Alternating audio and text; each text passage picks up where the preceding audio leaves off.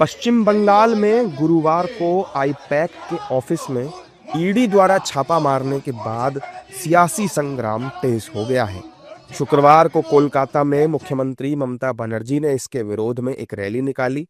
इस दौरान उन्होंने मोदी सरकार और केंद्रीय गृह मंत्री अमित शाह पर जमकर निशाना साधा। रैली को संबोधित करते हुए ममता बनर्जी ने बड़ा दावा किया और कहा कि उनके पास गृह मंत्री अमित शाह के खिलाफ पेन ड्राइव है। ममता बनर्जी ने कहा कि कोयला घोटाले का पैसा शुवेंदु अधिकारी ने इस्तेमाल किया और अमित शाह को भेजा। मैं आमतौर पर प्रतिक्रिया नहीं देती, लेकिन अगर कोई मुझे छेड़ता है तो मैं छोड़ती नहीं हूं। तृणमूल कांग्रेस 2026 के बंगाल विधानसभा चुनाव जीतेगी और केंद्र में बीजेपी की सरकार 2029 तक नहीं टिकेगी। टीएमसी के आईटी सेल के चीफ के ठिकानों पर ईडी द्वारा रेड के विरोध में टीएमसी कोलकाता से दिल्ली तक विरोध प्रदर्शन कर रही है। मुख्यमंत्री ममता बनर्जी ने ईडी पर 2 एफआईआर भी दर्ज कराई हैं।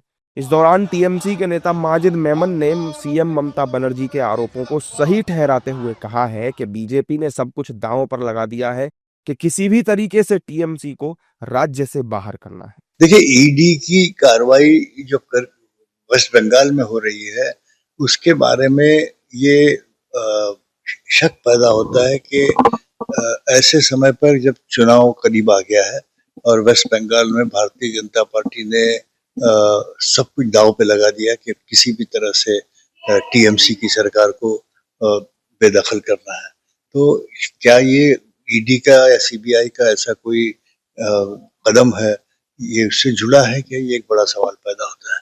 और जहां तक के ईडी के अफसरान का वहां जाकर इस तरह से कार्रवाई करने में कुछ ज्यादती कर लेना, जिस पर बेफर कर मुख्यमंत्री ने कहा है, मुख्यमंत्री ने तो यहाँ तक के पब्लिकली बयान दे दिया है कि उनके पास ठोस सबूत है कि जिससे ये साबित होता है कि ये कोयले का जो स्कैम हुआ है इसमें गृह मंत्रालय केंद्र का शामिल है और वहां तक की इसकी फायदे जो हैं पैसों के वहां गए हैं।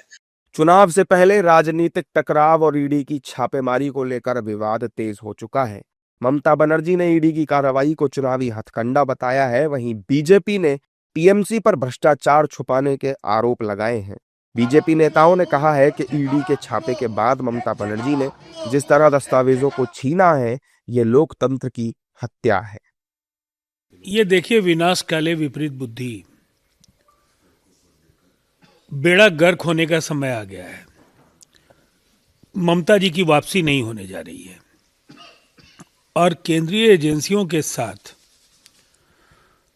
जो लगातार पश्चिम बंगाल में टकराव की जो खबरें आती हैं, लोग हतप्रभ हैं कि ये दाल में कुछ काला है या पूरी दाल ही काली है। दरअसल कल की जो घटना है ये बेहद दुर्भाग्यपूर्ण और शर्मनाक है। अरे ईडी फाइल और ये फोन, ये सब बहुत दूर की बात होगी भाई।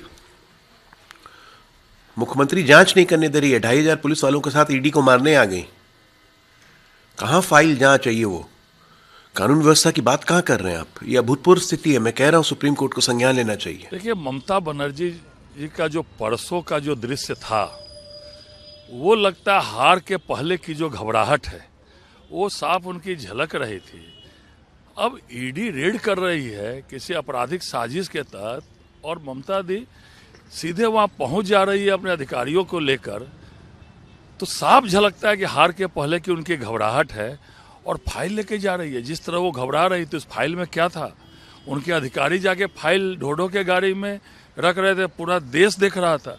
तो निश्चित रूप से उनकी घबराहट, उनकी झल्लाहट ये दिखाई पड़ रही है कि आने वाले समय में वहाँ भारतीय जनता पार्टी आने वाली है। देखिए, वहाँ जो कुछ भी हुआ है वो बहुत दुर्भाग्यपूर्ण हुआ है और जो सरकार की ये जो एजेंसियां हैं तो वो भी जांच करती हैं। जहाँ कहीं भी अगर कोई कमी दिखती है तो उसी के लिए एजेंसियां बनाई गई हैं, तो वो उनको काम करने दें। अगर हमने कहीं कुछ गलत नहीं किया है तो उसमें सहयोग करना चाहिए जांच में।